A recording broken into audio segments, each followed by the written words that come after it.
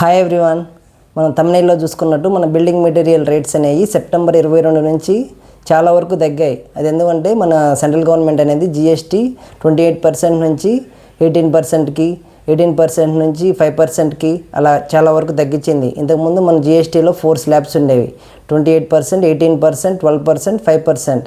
ఇప్పుడు central government ఏం చేసిందంటే 28%ని 12% తీసేసి ఓన్లీ 18%, 5% స్లాబ్సే పెట్టింది.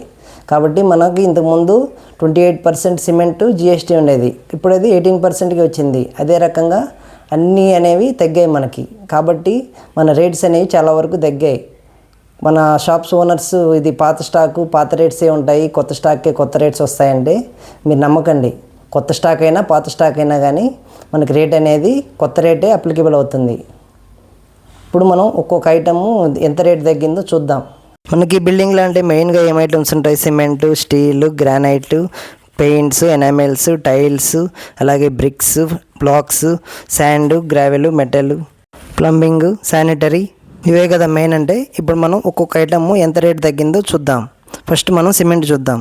సిమెంట్ అనేది ఇంతకుముందు జిఎస్టీ 28% ఉండేది, అది ఇప్పుడు కొత్త స్లాబ్ ప్రకారం దాన్ని 18%లోకి తీసుకొచ్చారు. అంటే మనకి ఆల్మోస్ట్ 10% అనేది తగ్గింది. అంటే మనకి ఇంతకుముందు 100 రూపాయలు ఉండేది, 100 రూపాయలు 28% జిఎస్టీనే ఉండేది. ఇప్పుడు 28 రూపాయలు కాస్త 18 రూపాయలు అయింది. అంటే మనకి ఒక 100 రూపాయల పైన 10 రూపాయలు అనేది తగ్గినట్టే ఖచ్చితంగా. నెక్స్ట్ వచ్చేసి మనకి బ్రిక్స్, ఇటుకలు. ఈ శాండ్ లైమ్ బ్రిక్స్ కానీ, ఫ్లై యాష్ బ్రిక్స్ కానీ, బ్లాక్స్ కానీ ఇంతకుముందు 12% ఉండేది, అది ఇప్పుడు కొత్త జిఎస్టీ ప్రకారం 5% అయింది. మిగతావన్నీ అలాగే ఉన్నాయి. నెక్స్ట్ స్టీల్ మీద పెద్ద చేంజ్ ఏం లేదు, ఇంతకుముందు 18% ఉంది, అది ఇప్పుడు కూడా 18% ఉంది. Next paints, enamels. పెయింట్స్ అనేవి ఇంతకుముందు 28% జిఎస్టీ ఉండేది, ఇప్పుడు అది 18% అయింది, అంటే 10% తగ్గింది. నెక్స్ట్ గ్రానైట్ కానీ, మార్బుల్స్. ఈ గ్రానైట్ మీద ఇంతకుముందు 12% ఉండేది, ఇప్పుడు 5% అయింది, అంటే చాలా వరకు తగ్గినట్టే. నెక్స్ట్ సిరమిక్ టైల్స్,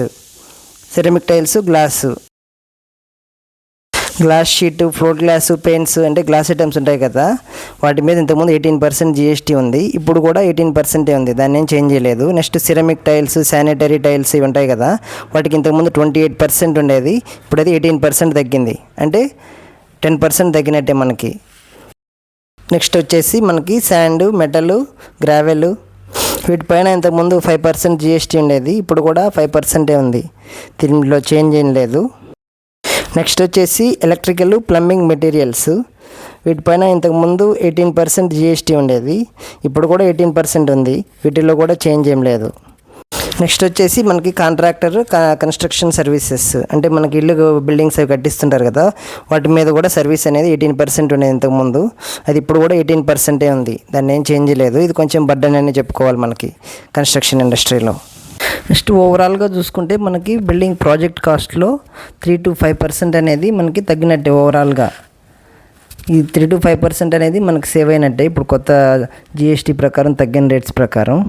కానీ స్టీల్ మీద, ఈ సిమెంట్ మీద ఇంకా జిఎస్టీ అనేది తగ్గిస్తే బాగుంటుంది. నా బిల్డింగ్ అంటే మెయిన్ అంటే cement, steel, granite, tiles, paints ఇవే కాబట్టి వీటి మీద జిఎస్టీ అనేది ఇంకా తగ్గిస్తే మన కన్స్ట్రక్షన్ ఇండస్ట్రీని కొంచెం ప్రోత్సహించినట్టు ఉంటుంది. నెక్స్ట్ కాంట్రాక్టర్ సర్వీస్ అనేది 18% జిఎస్టీ అనేది చాలా ఎక్కువ, దీన్ని కూడా తగ్గిస్తే మన కన్స్ట్రక్షన్ ఇండస్ట్రీలో చాలా వరకు రిలీఫ్ అనేది ఉంటుంది. దీని గురించి మీరేమనుకుంటున్నారో కింద కామెంట్ సెక్షన్లో కామెంట్ చేయండి. అలాగే దీని గురించి ఏమైనా డౌట్స్ ఉన్నా కానీ కామెంట్ చేయండి. అదేవిధంగా మీరు ఈ ఛానల్ ఫస్ట్ టైం చూస్తున్నట్టయితే ఖచ్చితంగా సబ్స్క్రైబ్ చేసుకోండి. Thank you.